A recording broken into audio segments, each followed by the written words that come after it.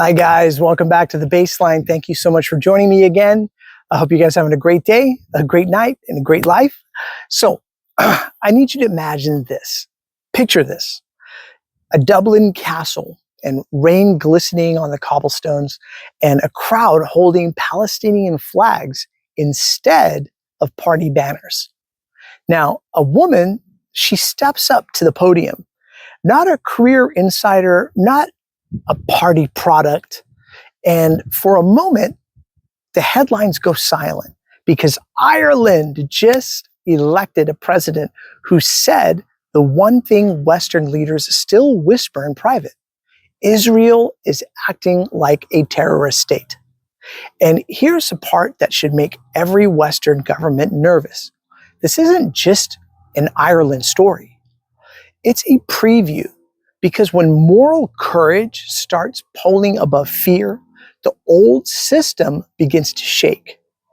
Now, everywhere, Catherine Connolly, a 68-year-old barrister and a lifelong independent, just won 63% of the Irish vote in a landslide. Congratulations to Ireland. She beat the major party candidate so badly, the ruling coalition didn't even bother to spin it. The crowd didn't chant, "Yes, we can." They chanted, "Free Palestine." Imagine that. Why should that matter if you live in Los Angeles or Detroit?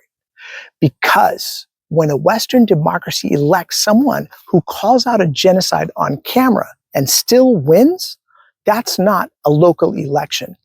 That's a crack in the global mirror. And the reflection staring back is a question America's media doesn't want to really ask. What happens when people stop being afraid of the lobby? The Irish presidency is mostly ceremonial, but the symbolism isn't. This was the first time a Western head of state said Hamas was elected by the people and Israel must be held accountable for war crimes, and didn't get erased from the ballot. She didn't even walk it back. She didn't soften it.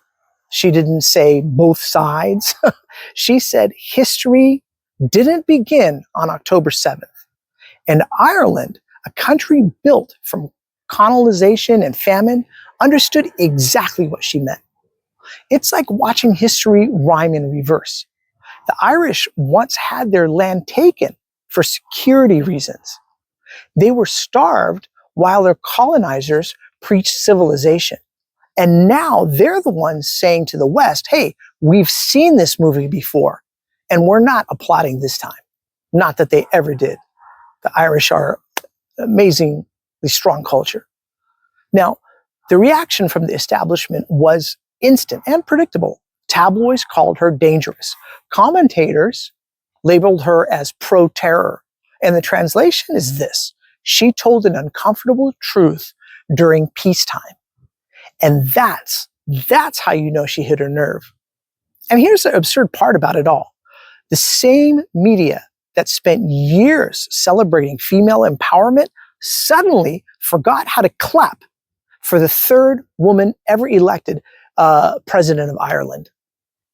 Because empowerment is fine until it threatens the empire. So it's like cheering for whistleblowers until they leak your company's emails, or watching The Matrix but refusing to air the scene where Ireland takes the red pill. Or in 1916, Irish rebels faced the British Empire with rifles, but in 2025, they faced the media empire with Wi-Fi. And yet she won because voters were done watching the reruns. They didn't want another sanitized, poll-tested politician pretending neutrality while counting weapon shipments. That's the deeper story. Connolly's victory isn't just about Palestine. It's about the collapse of manufactured consent. The system runs on emotional obedience. Fear of being called anti-Semitic, fear of being called radical, fear of losing your job if you speak too clearly. But Ireland just proved something explosive. When the moral dam breaks, people don't drown in outrage. They breathe. The West lectures the world on democracy until democracy votes against its donors. Then suddenly democracy becomes populism. It's freedom only when you choose from their approved menu. And that's why this little island matters, because every empire that fell started with one province saying, no more, tired of this. Connolly win, may not change foreign policy tomorrow, but it changed the story we tell ourselves about what's unelectable or electable. She didn't take corporate money. She didn't bend the knee. And still, the people lifted her higher. And that's testament to Ireland people. That's not just politics. That's narrative warfare. So here's the question no one in Washington wants trending. If an Irish president can call a genocide by its name and win in a landslide, what happens? What happens the day an American candidate tries?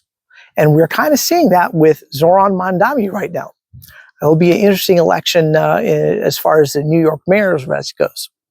All right, guys, do I have this all right? Do I have it all wrong? Let me know in the comment section below. I reply and read all the comments, and I value your opinion. So once again, thank you so much for watching The Baseline, and we'll catch you the next round. Okay, cheers, everybody.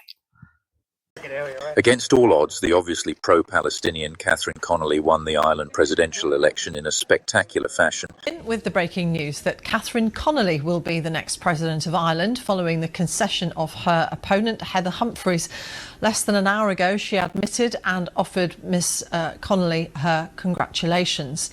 Despite the concession, counting is continuing and no official results have yet been declared. Tallies from count centres show that Catherine Connolly does have a strong lead.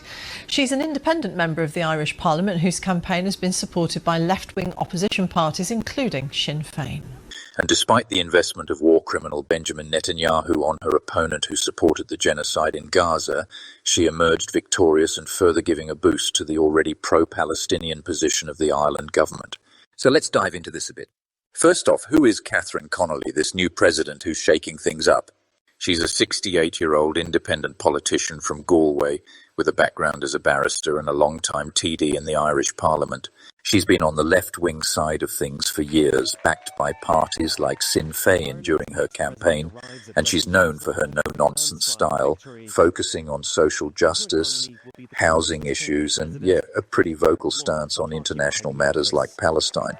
Her win was a landslide, pulling in 63% of the first preference votes, which is a record breaker in Irish presidential history.